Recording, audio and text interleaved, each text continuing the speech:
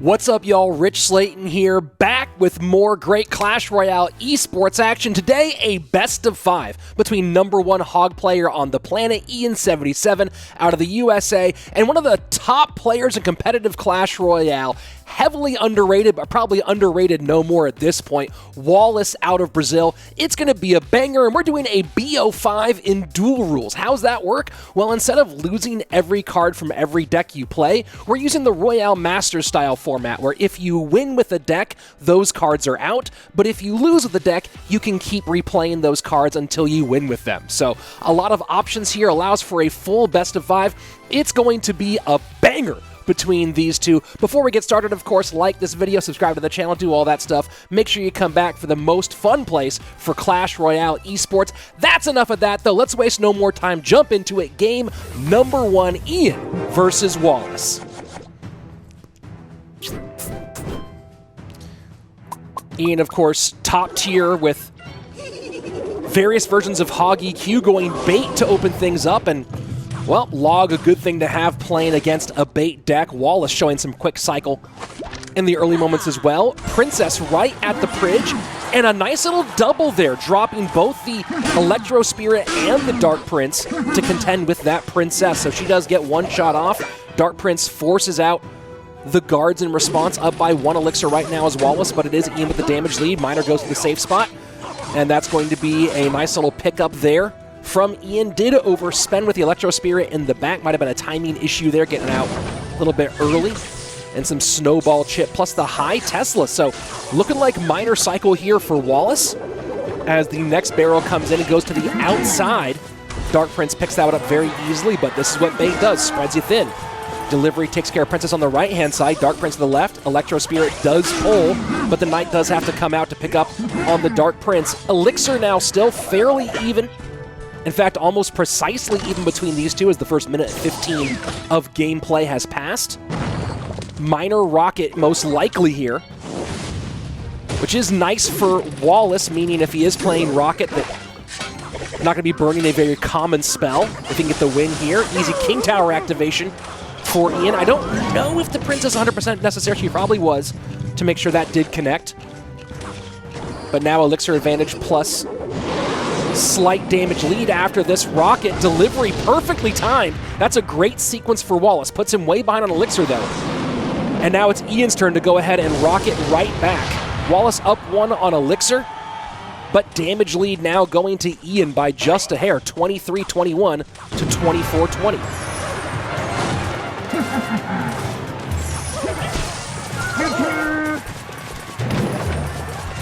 Tesla sets up high one more time.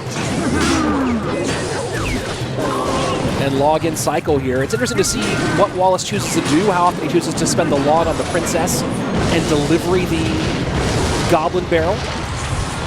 Very tight right now, 1875 to 1858. Princess working to the right-hand side. Gonna force out some sort of response here. It's gonna be the delivery. Nicely timed there by Wallace. She gets no shots. So maybe that's the game plan here. Don't go for chip plus Princess damage with the log. Instead, get the safe pickup with the log on the Goblin Barrel and delivery that Princess or Controller if you can. Rocket cycles both in directions now, 14-29 to 14-12 as the Miner gets in. Wallace opens up what looks like the biggest lead so far. Absolutely massive lead as a connection gets all the way in. Unbelievable, and now Ian playing from way behind, calling the good game already. Knows it's not going to take much to finish this one off. Rocket comes in. Ian putting pressure at the bridge, though. Delivery takes care of 2. And that's Wallace doing the darn thing. Just have to drop that last rocket here. The snowball tries to come in and make some room for those guards. Doesn't do it. Rocket finishes things off. And that's going to be Wallace with the GG. Well played here in game #1. Really nice work for the Brazilian. You can see, didn't even play the Inferno Tower, did Ian. Of course, putting that in for something bigger. And obviously in this matchup, Inferno Tower, not phenomenal. And that Inferno Tower now still available. Keep that in mind. Wallace loses all 8 cards you see in that deck on the right-hand side, and Wallace certainly did play it very, very well. And it was a couple of big moves. Obviously, the rocket cycle got up there early, but a very nice connection late in the game gave him a huge lead. And at that point, it was just a done deal. Rocket cycle until you can get all the way into victory. Really, really nicely done there by Wallace. He takes the +1 lead here over Ian. And remember, those 8 cards out. Let's go ahead and jump into game number 2. You can see the cards that Wallace cannot play on the left-hand side. He is up 1. Ian, though, could play any of the cards you just saw in this variation of duels mode. I like this one. It does let you get to game 5. If you do reach a game 5, each player's burn the same number of cards as a game 3 in traditional duels mode. And Ian choosing to go Mother Witch here with the Golden Knight way in the back. Wallace also going Golden Knight with the Ice Wizard. Lots of options here. It does feel like Golem, which would be interesting out of Wallace in the situation. We just saw the Inferno Tower get played, but Inferno Tower is still alive. But Ian chose to go a totally different direction here. And that Golden Knight, whoo, boy, that was a trip and gets a lot of damage here for Ian, 22-62, as he takes a big lead as we pass that first minute of regulation gameplay.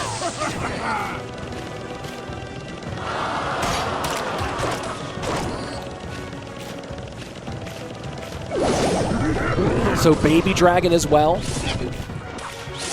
for Wallace.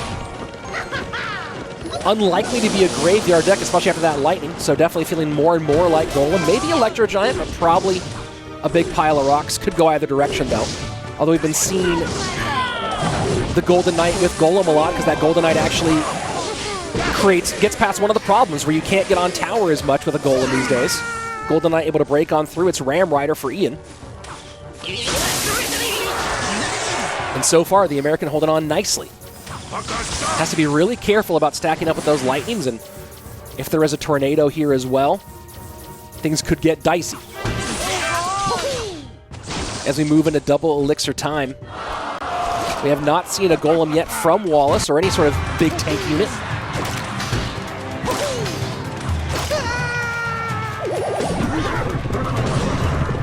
And just forcing out a response is Ian does get a swing, so extends that lead. Fishboy does not do it. And now Golden Knight to the opposite lane here, and that's going to be an easy choice for, wow. Yeah, Wallace was, I think, trying to get the Golden Knight too, and maybe he missed that? Didn't get tower. Just got one true. That's a nice swing here for Ian.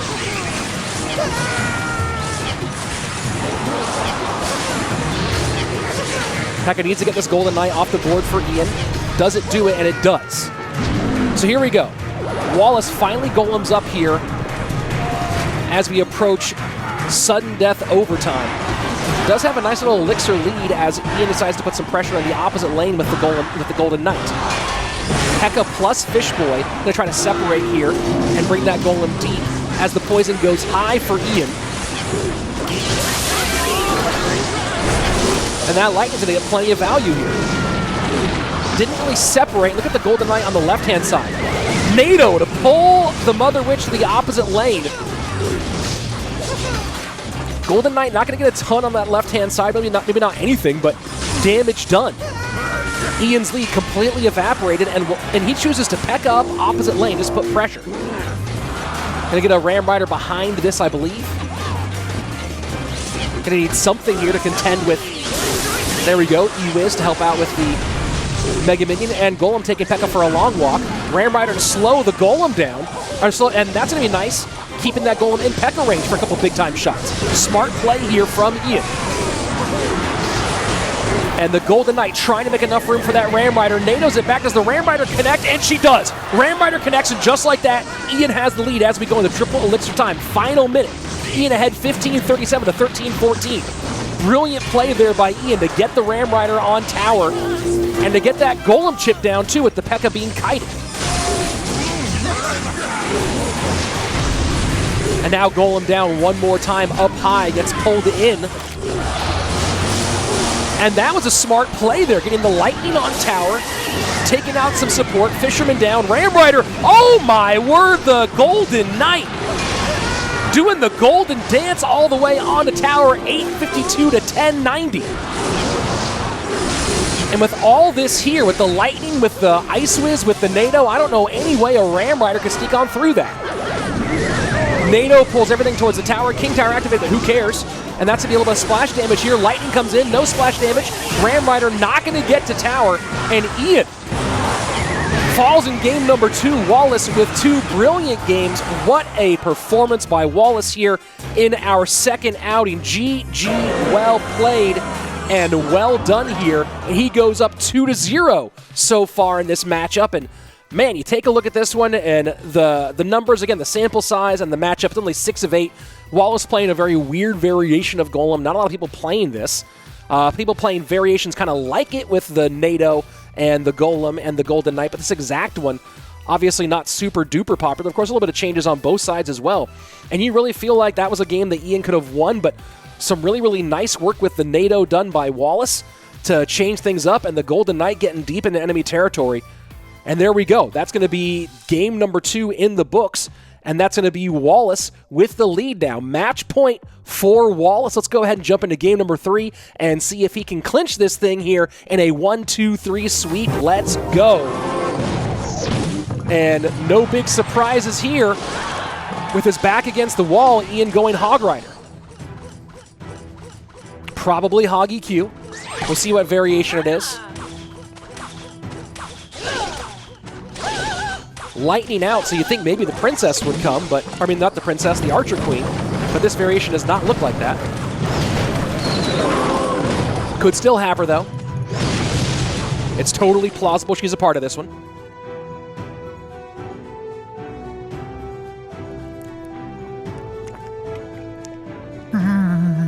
Tesla not available. NATO not available. Yeah, Ian not happy about that early damage. Tesla, Cage, and NATO all not available in this Hog EQ matchup. We'll see if Wallace is maybe going Bomb Tower.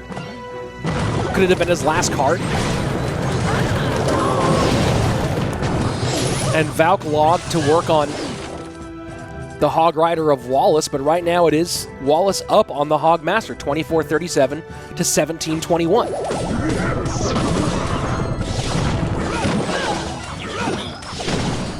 And it is Bomb Tower for Wallace. Must have been absolutely buried. Doesn't matter, though. Still has the lead. Elixir pretty even. Wallace slightly ahead on this one. Ian in a bit of trouble.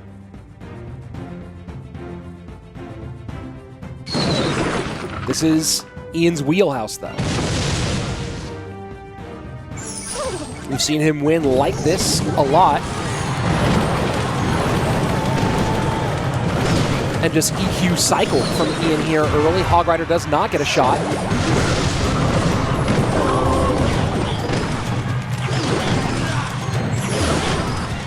This is dangerous here for the American. Behind by a little over 600. Now does get the EQ in, but even then, still behind by over 400 HP plus Elixir. And it is the Archer Queen. It is an Archer Queen variation. Typically the Archer Queen variation that I've seen him run, I don't believe runs Valk. I think that one runs Knight, but you know, trying different things out here. This one's totally fine, and as you can see, starting to get back in this one. Still down by about 400. Log chips that one down to about a 332 HP difference. Ian now putting pressure on. And that AQ set on the board for quite a while. Log to get everything back. Log takes care of the support. That's going to be 2 shots, I think, and that's a wow. Ian just has to give the respect there. 455 to 1423. You can't call it over till it's over, but oh my word.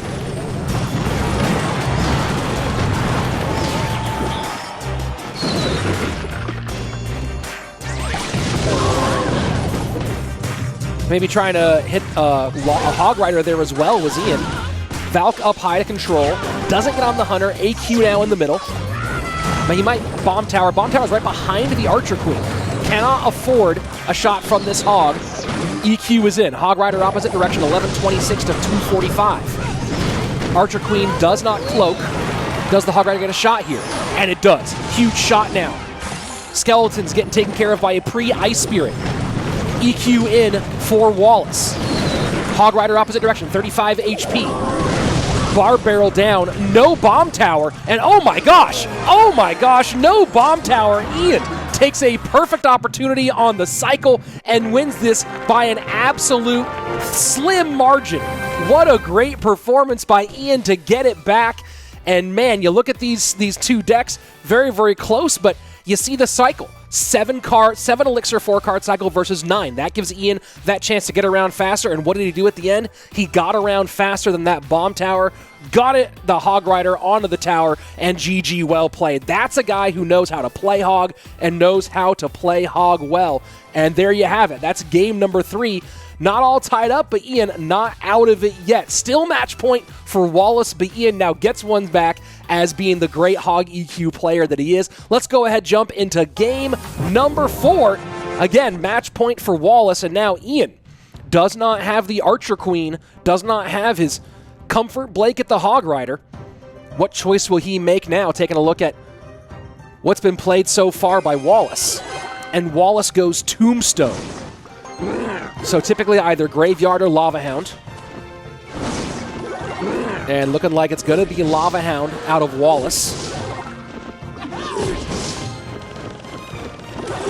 Ian with Baby Dragon and Mega Minion.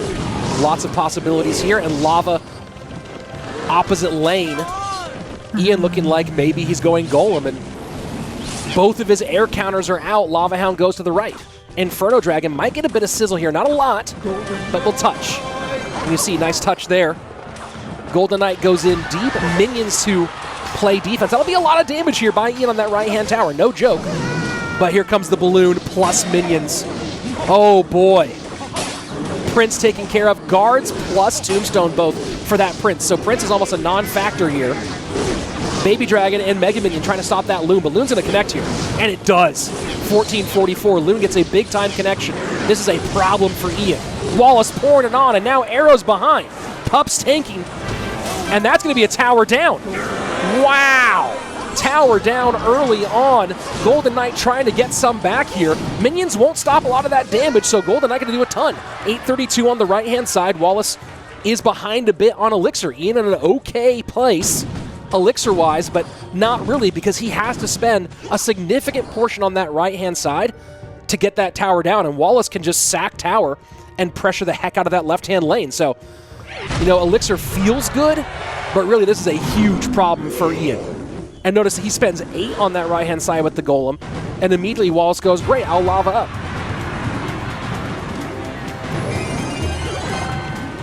And once that lava gets across the bridge, by the way, we'll be tanking for those pairs of skeletons unless they go and get on the Golem, which they might. So one pair behind, Baby Dragon trying to work against this Lava Loon push. Mega Minion does get on the balloon. That's very important for Wallace, for Ian. And NATO's everything back, but the Inferno Dragon away from the Golem onto the Baby Dragon.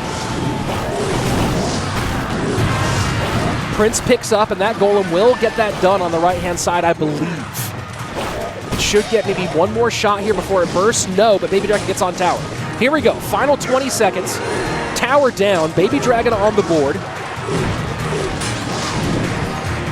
And Ian cycles Mega Minion maybe a little bit early here. Don't know what his other options were in hand. He doesn't have anything great for distracting the Inferno Dragon. Oh, well, light. There you go. Cage now out of cycle. Mega Minion distracted by the Lava Hound. Baby Dragon trying to push. Ian cannot get to a cage again. Lightning not there. NATO's it all back. And Balloon does go down. Death damage in. Elixir advantage to Wallace, though, so he tombstones up. Sudden death overtime, 1:40 left as Ian piles some rocks behind his King Tower. Inferno Dragon into the same lane behind the Lava Hound. Ian's gonna really hope he can get that balloon to come out before he has to pop his lightning, and it does. Does he lightning? Yes, he does. Maybe a little late for the Inferno Dragon, though. NATO's everything back. Golem plus Brawler almost on tower, and the Golems were not quite tanking. The Golemites were not quite tanking for that Brawler, so the Brawler gets taken out by the Guards. Guards have been huge here. Guards plus Tombstone. And that Golden Knight going to get some damage in, but not a significant amount with a minute left. 779. Balloon connection would do it. And now just trying to pressure here is Ian. Keep everything from getting to his tower if he can. Might have to go for some silly kind of pocket play. There you go. Golden Knight in the pocket, but Tombstone pulls it over towards the King Tower, and that's nice play there by Wallace. Pulling that Tombstone over towards the King Tower to keep it from being involved in the discussion, and that's going to be it. That's a GG. That's a well played. What a sequence. What a series by Wallace. Ian in a tough one there at the end. Valiant effort, but Wallace taking the best of 5 in 4 games. Great work by him. You go and you see the matchup there at the end. And again, not an exact matchup with 6 of 8 cards, or 7 of 8 cards here, but still does lean pretty heavily towards Wallace. You're talking about Lava Loon with, man, the Tombstone and the guards for the Prince, and then the Inferno Dragon for that Golem Plus. So really, really tough one there for Ian overall. Wallace with a great performance. Takes this one in 4 games, and this is a blast. I love seeing dual mode in BO5, and this version that Royale Masters came up with really makes that possible. Really, we talked about it a lot when we were casting Royale Masters, and it really works here. This made a lot of sense, and I'm curious to see if maybe we see more BO5s with that. We'll see more of those right here on the channel, of course. And if you liked this, did you like it? Did you enjoy that? Like the video, subscribe, come back. Of course, use code RICH in the Supercell shop if you're buying anything, and make sure you come back here for more great best of 5 action in Clash Royale. I'm Rich Slayton, and this is the most fun place for Clash Royale esports. Take care. Hey, but wait, there's more. Why? Well, because I always put a little extra at the end so that you get thrown off and don't predict when the match is going to be over. And that extra is more of Wallace. This is a great, great game. The finale of the one of his matches in Royale Masters, which is where I got the idea for this BO5 version of dual mode, using that Royale Masters only lose cards you win with. So here you go. Little bonus action. A great game between Wallace and Mao. Here we go. Game number 3. Winner qualifies for our $10,000 championship next weekend. And the other guy, well, he can go play ladder today. Or just take a rest, man. I mean, I know both of these players will probably not go take the full day rest, but if I lose a match with like that is the one that will qualify me or not, I'm not even touching ladder. I'm getting off, and I'm calling it a Sunday, heading to bed and watching some Netflix. So looking like some fireball bait here on one side, and we'll see if it's similar on the other side. Of course, Dark Prince makes things a bit different here for Wallace. Yeah, this is a nice thing to have when you're going up against those Royal Hogs. Obviously, Dark Prince, probably the best troop counter other than Mega Knight, in my opinion. Even better than Valk. I think it does just the right. If you place it correctly, it can hit all 4 of them. It does a great amount of damage. But going back to the E-Giant, and this is going to be tough. Going against Zappies and Goblin Cage with E-Giant is a very difficult matchup. Yeah, but look at that. Inferno Dragon all on the tower. A cheeky NATO here. Fireball not ready yet. And Mao loses a tower just like that. Unbelievable. I'm a little bit shocked here. Obviously, this might be tower down as well here on the left-hand side. I don't think he's going to play anything at this point. You just save up for another E-Giant. And, I mean, I'm shocked that he got a tower down. And now the game has changed. You have the ability to take those Zappies out by playing a Dark Prince in the pocket. You can play the Barb Barrel as well in the pocket, get those Zappies out of the way, and the E-Giant becomes a lot stronger. Yeah, this is fascinating. And little arrow cycle here from Mao, who was at 10, goes ahead and fights against the Elixir Bank there of Wallace's Goblin Cage, and here he goes setting up high against these Zappies. Yeah, he's setting up the cage in a great spot, but oh my, that's not only, that's taking off a shield, 2 Zappies as well, and tower damage from that Magic Archer. What a nice placement there from him, and look at the Goblin. Oh, my word. Wow, this is, I mean, this match could not be a better way to end this specific set. It is going to go down to the wire. All that damage was beautiful, and even then, we basically still have a tie match. And what we're seeing here, we're seeing this again now, that Mao's going to cycle those Zappies to the outside to avoid precisely what you talked about, with the Barb Barrel and the Dark Prince getting them on the inside. But look for Wallace to try to snipe that same Archer situation again. Yeah, he's doing a great job. I think that cage up high was a little bit risky. In my opinion, he was able to take it down with just his own Goblin Brawler there, and this is going to lead to absolutely no damage here. He's able to set up again. Elixir is a little bit on the advantage here for Wallace as well. And look, a little bit of sizzle is a little bit of sizzle. 19 HP difference right now, minute 45 remaining in this qualifier matchup. The Electro Giant getting down and going to put a little bit of damage on this flying machine. And let's see if he does line up that Magic Archer one more time for this push on the right. And there we go. Does, but this is going to miss. Yeah, it was first going to go on to the other one, but at least he's able to get that fireball out of him very early on. He does have cage back in cycle if he needs to use it. A beautiful barbell just to clean everything up, and it's taking for the Inferno Dragon. And this is what Wallace wants. Wallace wants to force that fireball out at the bridge every time and prevent as many fireballs on his tower as humanly possible. Whoa, this is a full send here from Mao in the pocket on the King Tower. That's a ton of damage here. Mao trying to shoot the moon best he can, getting that tower way down. Fireball in 6 HP. Can Wallace get this tower? Oh my word! Wallace gets it done by 6 HP! No way! Mao leaves the damage on the table, Wallace slides right through, and that's why he is one of the best players in the world right now.